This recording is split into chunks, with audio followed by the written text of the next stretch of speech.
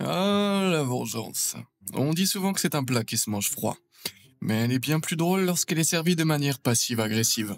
Qu'il s'agisse de donner une glace en forme d'excrément au tyran de l'école ou de dénoncer un escroc sournois, plongez dans les méthodes passives-agressives les plus géniales utilisées par certaines personnes pour se venger.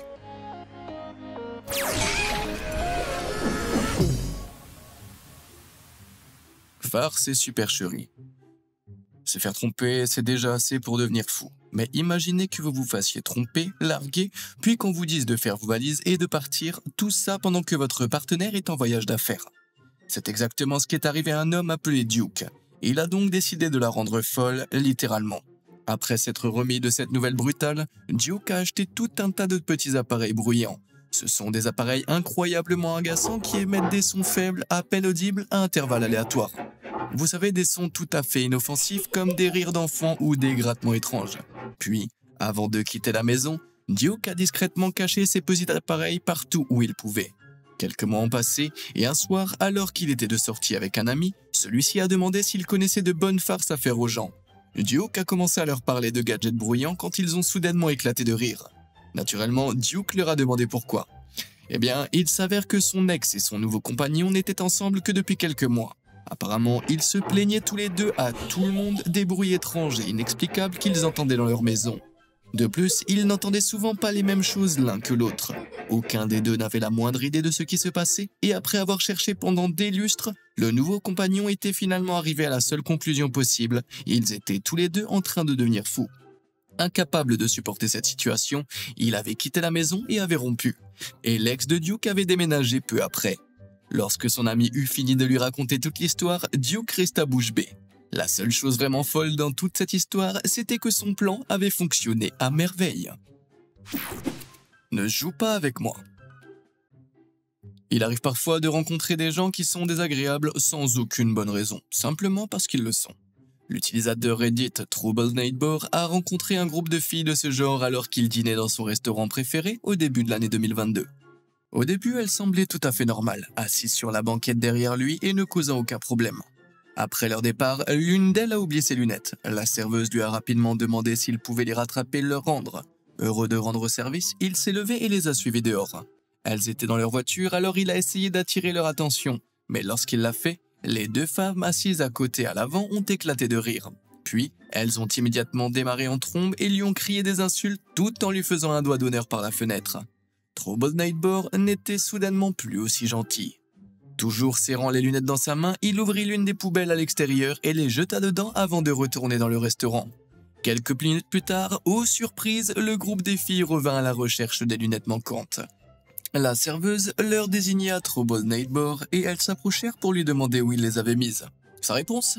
Oh, je les ai jetées à la poubelle dehors après que vous m'ayez fait un doigt d'honneur. Les filles sont parties sans excuser, mais quelques minutes plus tard, elles sont revenues pour lui demander dans quelle poubelle il les avait jetées. TroubleNeighbor a haussé les épaules, leur a fait un doigt d'honneur et a repris son repas, qui était probablement encore plus délicieux grâce à cette douce revanche.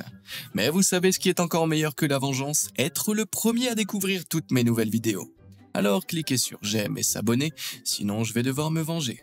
Non, je plaisante. Ou peut-être pas. Bon, et maintenant ? Voisin coquin. Si vous avez déjà été réveillé en pleine nuit par des voisins bruyants et peu sociables, vous savez à quel point ça peut être agaçant. Mais certaines personnes ne se contentent pas de subir, elles ripostent. C'est le cas de ce couple qui a décidé de se venger de ses voisins bruyants d'une manière plutôt originale.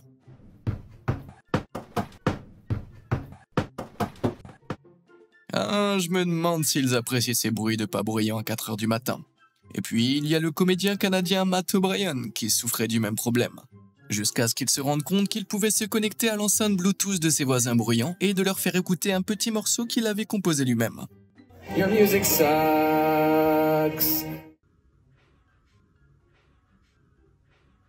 Your music sucks. Please turn it down. La leçon avant tirée ? Ne vous frottez pas au comédien du dessous qui sait à la fois produire de la musique et pirater vos enceintes.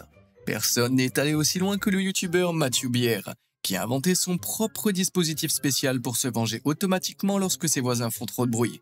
À l'aide d'un microphone fixé au mur, un circuit électronique astucieux et de 2 enceintes géantes, notre homme a créé un engin technologique complètement fou. Dès que les voisins font suffisamment de bruit pour que le circuit passe au rouge pendant 10 secondes d'affilée, les haut-parleurs leur envoient une musique agaçante à travers le mur. Et ça marche étonnamment bien. Our neighbors are playing their loud music again, as you can probably hear. So I've got the system all set up here. I'm on the mic with my Liverpool flow. I like it when the bassline's low. Ouais, plutôt génial, mais je ne peux m'empêcher de me demander s'il n'y a pas un troisième voisin caché à l'extérieur de l'appartement avec une batte de baseball. Courrier maudit.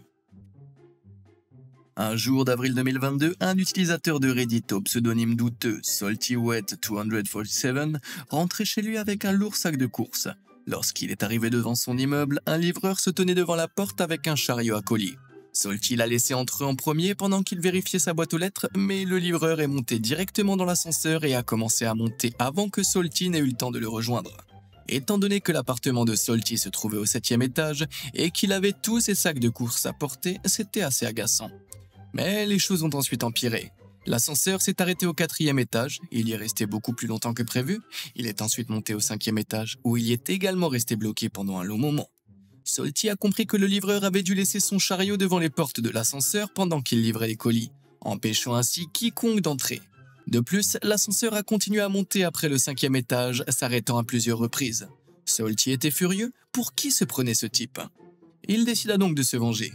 Après avoir attendu que l'ascenseur arrive au 7e étage, Salty se mit soudain à monter les escaliers en courant, appuyant sur tous les boutons de l'ascenseur jusqu'à ce qu'il arrive à son appartement au 7e étage. Puis, il attendit dans la cage d'escalier, l'ascenseur descendit au-delà de son étage et lorsqu'il arriva au 5e, Salty pouvait entendre le livreur jurer bruyamment à l'intérieur, contraint de s'arrêter pour la 3e fois consécutive, et ça n'allait faire qu'empirer. Oui, la seule chose qui montait désormais, c'était sa tension artérielle. Se faire rect. En Californie, on est connu pour organiser des fêtes assez déjantées, mais tous les habitants ne sont pas forcément prêts à se lâcher. La géologue Melissa Scruggs ne s'en soucie généralement pas, mais lorsqu'un groupe d'étudiants à la maison voisine a fait la fête toute la nuit et, pour une raison inconnue, a déplacé un énorme rocher devant sa voiture, elle a vu rouge. Il ne savait pas qu'il ne fallait pas se frotter à Melissa Scruggs. À 7h30 précise, elle est sortie avec son broyeur automatique, qui est en fait un très gros marteau-piqueur automatique très bruyant. Les étudiants venaient de s'endormir et allaient avoir une sacrée gueule de bois. Melissa a donc mis son casque, allumé le marteau-piqueur et s'est mise au travail pour réduire le rocher en morceaux de la manière la plus bruyante et la plus agaçante possible. Et ce n'était pas une mince affaire. Elle a fait résonner un bruit strident et assourdissant dans la maison de ses voisins pendant 4 heures. Ça, c'est un réveil brutal. Finalement, son travail était terminé et elle a cédé. Melissa n'a pas seulement pris sa revanche, elle l'a détruite. À bout de force. Personne n'aime les brutes à l'école. Alors quand l'une d'entre elles reçoit ce qu'elle mérite, il n'y a rien de plus satisfaisant. Eh bien, le spectateur brésilien de Trucs de Fou, Luc KKL, était autrefois terrorisé par une telle brute. Et il lui avait bien rendu la monnaie de sa pièce. Ce tyran avait l'habitude de faire le tour des autres élèves pour leur demander de la nourriture, les menaçant de les tabasser s'ils ne lui en donnaient pas. Luc avait été victime de ces vols de nourriture à de nombreuses reprises, mais un jour, après avoir perdu son déjeuner une fois de plus, il a décidé que c'en était trop. Alors après être rentré de l'école, il a fait ce que toute personne en colère aurait fait. Et oui, il a fait une grosse crotte dans les toilettes, a enfilé des gants, l'a repêché, puis l'a glissé directement sur un bâtonnet de glace. Bon, ok, c'est peut-être pas ce que ferait toute personne en colère. Quoi que ce soit, il a façonné la crotte pour qu'elle ressemble à une glace, puis a fait fondre du chocolat dans un bol et l'a bien enrobé pour masquer l'odeur. Je pense que vous avez déjà deviné la suite. Notre héros a ensuite laissé le mélange brun et collant dans le congélateur toute la nuit pour qu'il durcisse. Le lendemain, Luc a mis la glace dans sa boîte à lunch. Comme prévu à l'heure du déjeuner, le tyran s'est approché de Luc avec un regard méchant. Sans hésiter, Luc lui a tendu la truffe glacée. Le tyran a gloussé, en a pris une grosse bouchée et a immédiatement vomi. Partout. Luc éclata de rire et le tyran s'enfuit en pleurant. Inutile de dire que Luc fut renvoyé, mais vous pouvez être sûr que le tyran n'a plus jamais volé la nourriture de quelqu'un d'autre. Vous pouvez peut-être pas polir une crotte, mais vous pouvez certainement la recouvrir de chocolat. Collègue désigné. Si vous trouvez une clé perdue avec un numéro de téléphone dessus, vous appelez ce numéro pour le rendre à son propriétaire, non? C'est exactement ce qu'a fait Emily McArdle, originaire de Liverpool au Royaume-Uni lorsqu'elle a trouvé cette clé. Mais elle a été surprise d'apprendre que la personne à l'autre bout du fil n'était pas ravie d'entendre sa voix. Il s'avère que cette clé faisait partie d'une farce élaborée visant à se venger de son propriétaire apparent. En fait, elle n'appartenait pas du tout à Jeff. Il s'agissait d'une fausse clé avec laquelle son numéro avait été inscrit afin d'inciter les personnes comme Emily à l'appeler sans le savoir. Et celui qui l'avait placé là avait également placé une tonne d'autres clés, toutes marquées de noms différents, mais avec le même numéro. Apparemment, Jeff, ou quel que soit son vrai nom, avait un ancien collègue avec lequel il ne s'entendait pas. Alors ils avaient décidé de disperser des clés partout où ils le pouvaient. De plus, il s'avère que cette farce de vengeance s'est répandue dans le monde entier dans le cadre d'une tendance virale sur TikTok.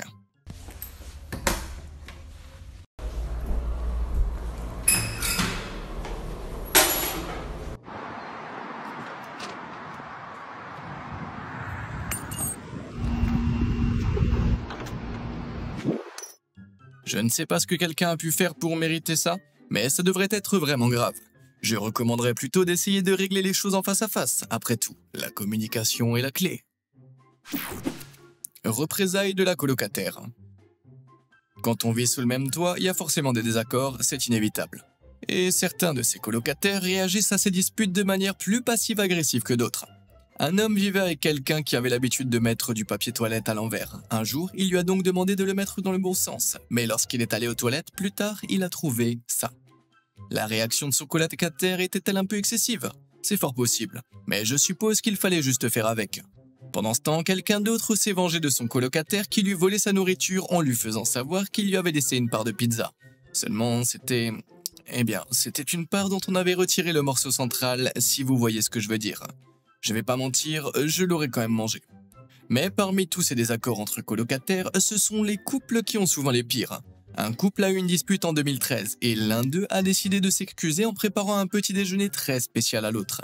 Un délicieux sandwich au jambon, au fromage et au plastique. Ah oui, ce n'était pas du tout une excuse, juste une autre façon passive-agressive de dire « va te faire foutre ». Je sais que certaines personnes qualifient le fromage américain de fromage plastique, mais elles ne le pensaient généralement pas littéralement. Dénoncer l'escroc. Malheureusement, il y a beaucoup d'escrocs dans le monde. Je le sais, j'en ai déjà été victime. Mais parfois, ils reçoivent exactement ce qu'ils méritent. Comme lorsqu'un escroc a tenté d'arnaquer l'utilisateur de Reddit Drunken Black Sheep de 1500 $, fruit de son dur labeur. Sheep était alors âgée d'une vingtaine d'années et, selon ses propres mots, elle avait une apparence féminine douce et un éternel visage d'enfant. De ce fait, même si elle s'y connaissait assez bien en voiture, les mécaniciens la prenaient toujours pour une novice. Un jour, alors qu'elle était dans un garage pour faire changer l'huile, l'un des mécaniciens lui a proposé une inspection gratuite de sa voiture. Il lui a ensuite déclaré solennellement que son véhicule était en si mauvais état qu'il pouvait tomber en panne à tout moment. Pour illustrer son propos, il lui a montré le filtre à air de la voiture qui était rempli d'herbes mortes, de saleté et d'insectes morts. Mais Sheep savait que sa voiture était en bon état, car elle venait littéralement de remplacer le filtre à air la veille. Ce voyou avait donc mis tout ce bazar lui-même pour essayer de lui faire peur. Soudain, un plan diabolique s'est formé dans l'esprit de Sheep. Plutôt que de le dénoncer immédiatement, elle entra dans son jeu, faisant semblant de ne rien connaître aux voitures et se montrant aussi bouleversée que possible. Elle appela ensuite son père, qui est mécanicien, et le convainquit de jouer le jeu. Tout le monde dans le garage regardait maintenant Sheep pleurer au téléphone en disant combien d'argent elle allait perdre. Le mécanicien avait du mal à contenir sa joie, mais soudain, l'expression de Sheep changea et elle se mit à rire. Le visage satisfait du mécanicien se transforma rapidement en expression de choc. Puis Sheep mit son père en haut-parleur, il riait aussi. Prenant le filtre à air dans ses mains, Sheep expliqua à tout le monde qu'elle l'avait remplacé la veille et que le mécanicien était donc un menteur et un escroc. Elle a continué à rire, lui a rendu le filtre et lui a dit de le nettoyer pour qu'elle puisse repartir avec. À présent, tout le monde, y compris les autres clients, riait. Tout le monde, sauf le mécanicien, dont le visage était devenu complètement rouge. Sans un mot, il a pris le filtre, a fait ce qu'on lui a demandé. Après avoir réinstallé le filtre propre, Sheep est parti au coucher du soleil, et c'est ce que j'appelle le karma automobile. Sortir les poubelles. Si vous avez déjà travaillé dans une cuisine, vous savez que tout le monde doit mettre la main à la pâte, sinon tout peut partir en fumée, au sens propre comme au sens figuré. Eh bien, l'utilisatrice de Reddit, Elena247, travaille dans une cuisine avec un collègue qui, apparemment, ne le savait pas. Ou, plus probablement, était simplement paresseuse. Cette collègue arrivait régulièrement en retard avec la gueule de bois, voire pas du tout. Et quand elle venait, elle apportait sa vaisselle sale et la posait sur le côté pour que quelqu'un d'autre la lave. En plus, elle laissait traîner des tasses de café à moitié pleines jusqu'à ce qu'elle caille. Et quand on lui faisait remarquer, elle les jetait dans le lave-vaisselle. Après avoir nettoyé pendant des semaines derrière sa collègue paresseuse, Elena a finalement atteint le bout du rouleau.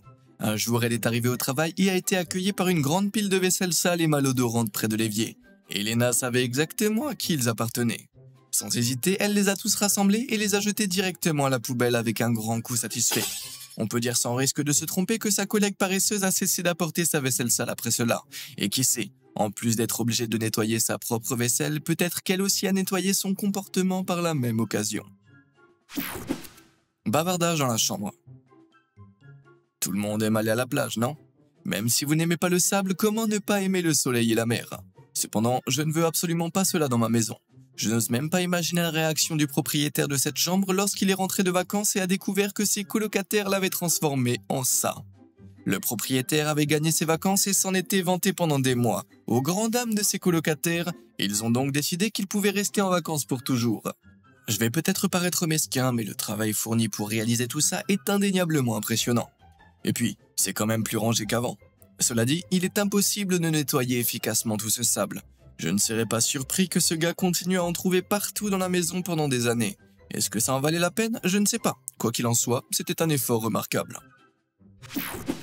Cracher le morceau. Bien que la pandémie de Covid-19 ait rendu le port du masque obligatoire, en 2013, il était encore inhabituel de voir quelqu'un en porter un, sauf en Asie, où ils sont utilisés en public depuis des années. L'utilisatrice de Reddit, Nashiwa, ne vivait pas en Asie et avait malheureusement été diagnostiquée récemment avec plusieurs cancers. La chimiothérapie l'avait affaiblie et confinée à l'hôpital.